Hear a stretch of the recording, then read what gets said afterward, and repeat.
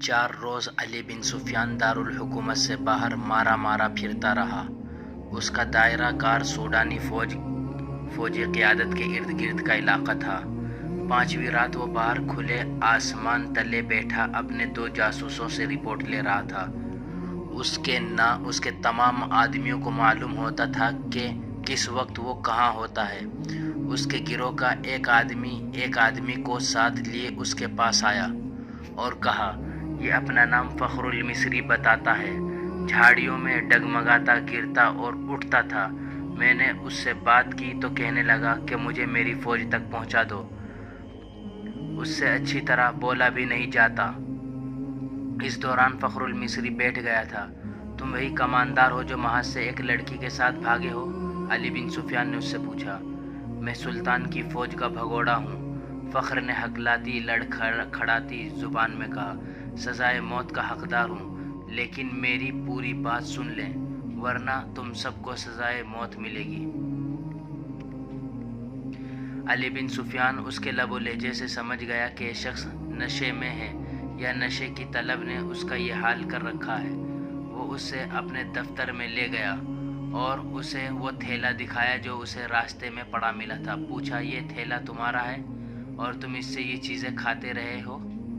ہاں، فخر المصری نے جواب دیا، وہ مجھے اسی سے کھلاتی تھی۔ اس کے سامنے وہ تھیلا بھی پڑا تھا جو تھیلے کے اندر سے نکلا تھا۔ علی نے اس میں سے چیزیں نکال کر سامنے رکھ لی تھی۔ فخر نے یہ چیزیں دیکھی تو جھپٹ کر مٹھائی کی قسم کا ایک ٹکڑا اٹھا لیا۔ علی نے جھپٹ کر اس کے ہاتھ پر اپنا ہاتھ رکھ دیا۔ فخر نے بے تابی سے کہا، خدا کے لیے مجھے یہ کھانے کو دو، میری جان اور روح اسی میں ہے۔ مگر علی نے اسے وہ ٹکڑا چھین لیا اور اسے کہا، مجھے ساری واردات سناؤ، پھر یہ ساری چیزیں اٹھا لینا۔ فخر المصری نڈھال اور بے جان ہوا جا رہا تھا۔ علی بن سفیان نے اسے ایک سفوف کھلا دیا جو حشیش کا توڑ تھا۔ فخر نے اسے تمام تر واقعہ سنا دیا کہ وہ کیمپ سے لڑکی کے تعاقب میں کس طرح گیا تھا۔ تاجروں نے اسے قہوہ پلایا تھا جس کے اثر سے وہ کسی اور ہی دنیا میں جا پہنچا تھا۔ تاجروں یعنی صلیبی جاسوسوں نے اس سے جو باتیں کی تھی وہ بھی اس نے بتائی، اور پھر لڑکی کے ساتھ اس نے اونٹ پر جو سفر کیا تھا وہ اس طرح سنایا کہ وہ مسلسل چلتے رہے۔ اونٹ نے بڑی اچھی طرح ساتھ دیا۔ رات کو وہ تھوڑی دیر قیام کرتے تھے۔ لڑکی اسے کھانے کو دوسرے تھیلے میں سے چیزیں دیتی تھی اور اپنے آپ کو بادشاہ سمجھتا تھا۔ لڑکی نے اسے اپنی محبت کا یقین دلایا اور شادی کا وعدہ کیا تھا، اور شرط یہ رکھی تھی کہ وہ اسے سوڈانی کمانداروں کے پاس پہنچا دے۔ وہ راستے میں ہی لڑکی کو شادی کے بغیر بیوی بنانے کی کوشش کرتا رہا، لیکن لڑکی اسے اپنی باہوں میں لے کر پیار اور محبت سے ایسے ارادے اور خواہش کو مار دیتی۔ فخری نے محسوس تک نہ کیا کہ لڑکی اسے حشیش اور اپنے حسن و شباب کے قبضے میں لیے ہوئے ہے۔ تیسرے پڑاؤ میں جب انہوں نے کھانے پینے کے لیے اونٹ روکا تھا تو تھیلا غائب پایا جو اونٹ کے دوڑنے سے کہیں گر پڑا تھا۔ لڑکی نے اسے کہا کہ واپس چل کر تھیلا ڈھونڈ لیتے ہیں، لیکن فخر المصری نے کہا کہ وہ بھگوڑا فوجی ہے، خدشہ ہے کہ اس کا تعاقب ہو رہا ہوگا۔ لڑکی ضد کرنے لگی کہ تھیلا ضرور ڈھونڈیں گے۔ فخر نے اسے یقین دلایا کہ بھوکا مرنے کا کوئی خطرہ نہیں، راستے میں کسی آبادی سے کچھ لے لیں گے۔ مگر لڑکی آبادی کے قریب جانا نہ چاہتی تھی اور کہتی تھی کہ واپس چلو۔ فخر المصری نے اسے زبردستی اونٹ پر بٹھا لیا اور اس کے پیچھے بیٹھ کر اونٹ کو اٹھایا اور دوڑا دیا۔ وہ سفر کی تیسری رات تھی۔ اگلی شام وہ شہر سے باہر سوڈانیوں کے ایک کماندار کے یہاں پہنچ گئے، مگر فخر المصری اپنے سر کے اندر ایسی بے چینی محسوس کرنے لگا جیسے کھوپڑی میں کیڑے رینگ رہے ہوں۔ آہستہ آہستہ وہ حقیقی دنیا میں آ گیا۔ وہ سمجھ نہ سکا کہ حشیش نہ ملنے کا اثر ہے۔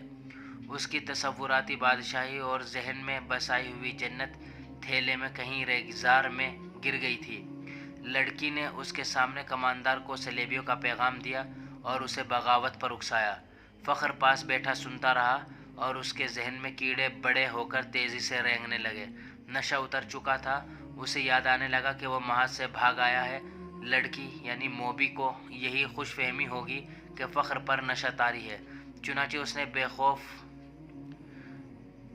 بے خوف و خطر کماندار سے یہ بھی کہہ دیا کہ سلطان ایوبی اور علی بن سفیان کے درمیان یہ غلط فہمی پیدا کرنی ہے کہ وہ ظاہری طور پر نیک بنے پھرتے ہیں مگر عورت اور شراب کے دل دادا ہے۔ ان کی اس طویل گفتگو میں بغاوت کی باتیں بھی ہوئی۔ اس وقت تک فخر المصری پوری طرح بیدار ہو چکا تھا، لیکن سر کے اندر کی بے چینی اسے بہت پریشان کر رہی تھی۔ لڑکی نے کماندار سے کہا کہ اگر بغاوت کرنی ہے تو وقت ضائع نہ کریں، سلطان ایوبی محاذ پر ہے اور الجھا ہوا ہے۔ لڑکی نے یہ جھوٹ بولا کہ صلیبی 3-4 دنوں بعد دوسرا حملہ کرنے والے ہیں، سلطان ایوبی کو یہاں سے بھی فوج محاذ پر بلانی پڑے گی۔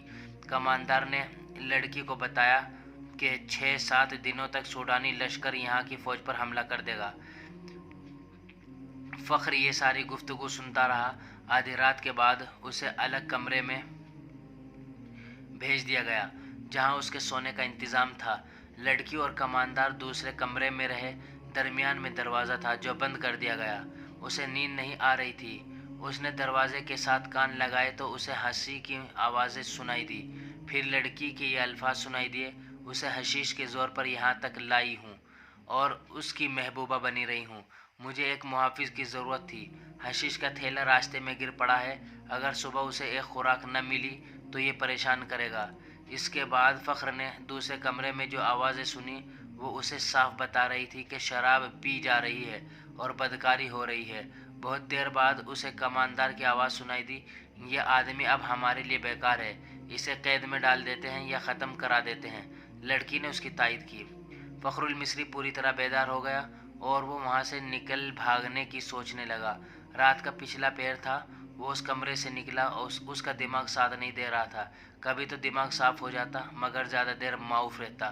صبح کی روشنی پھیلنے تک وہ خطرے سے دور نکل گیا تھا۔ اسے اب دوہرے تعاقب کا خطرہ تھا۔ دونوں طرف اسے موت نظر آ رہی تھی۔ اپنی فوج کے ہاتھوں گرفتار ہو جاتا تو بھی مجرم تھا، اور اگر سوڈانی پکڑ لیتے تو فوراً قتل کر دیتے۔ وہ دن بھر فرعونوں کے کھنڈروں میں چھپا رہا۔ حشیش کی طلب، خوف اور غصہ اس کے جسم اور دماغ کو بیکار کر رہا تھا۔ رات تک وہ چلنے سے بھی معذور ہوا جا رہا تھا۔ پھر اسے یہ بھی احساس نہ رہا کہ دن ہے یا رات اور وہ کہاں ہے۔ اس کے دماغ میں ارادہ بھی آیا کہ اس عیسائی لڑکی کو جا کر قتل کر دے۔ یہ سوچ بھی آئی کہ اونٹ یا گھوڑا مل جائے اور وہ محاذ پر سلطان ایوبی کے قدموں میں جا گرے، مگر جو بھی سوچ آتی تھی اس پر اندھیرا چھا جاتا تھا جو اس کی آنکھوں کے سامنے آ کر ہر چیز تاریک کر دیتا تھا۔ اسی حالت میں اسے یہ آدمی ملا۔ وہ چونکہ جاسوس تھا اس لیے تربیت کے مطابق اس نے فخر المصری کے ساتھ دوستی اور ہمدردی کی باتیں کی اور اسے علی بن سفیان کے پاس لے آیا۔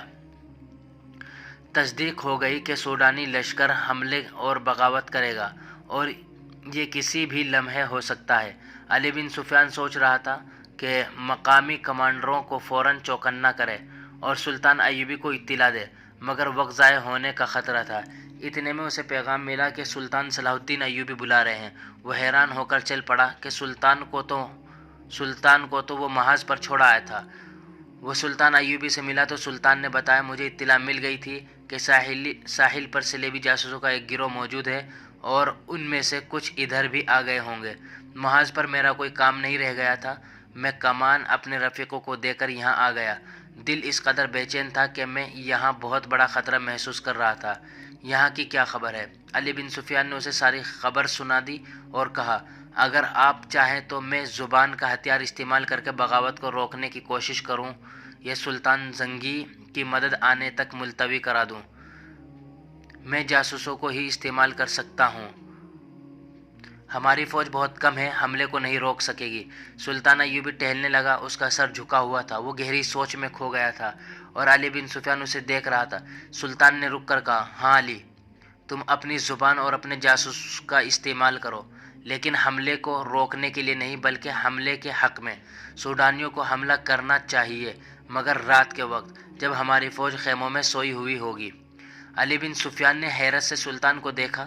سلطان نے کہا، یہاں کے تمام کمانداروں کو بلوا لو اور تم بھی آ جاؤ۔